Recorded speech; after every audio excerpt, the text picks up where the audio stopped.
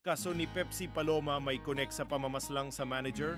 Lumutang ang isang umano'y apo ni Dr. Ray de la Cruz, ang talent manager na binaril at napatay sa Quiapo noong 1992 upang sabihin na konektado ang kaso ng lolo niya sa pagpapatiwakal ng aktres na si Pepsi Paloma noong 1985. Sa kanyang Facebook page, ibinahagi ng direktor na si Daryl Yap ang natanggap na mensahe ng apo umano ni de la Cruz. Ayon sa apo, naglakas loob siyang sumulat kay Daryl. Makaraang ianunsyo ng direktor na gagawa siya ng pelikula ukol sa buhay ni Pepsi Delia Smith sa totoong buhay, isa sa mga artistang alaga ng talent manager.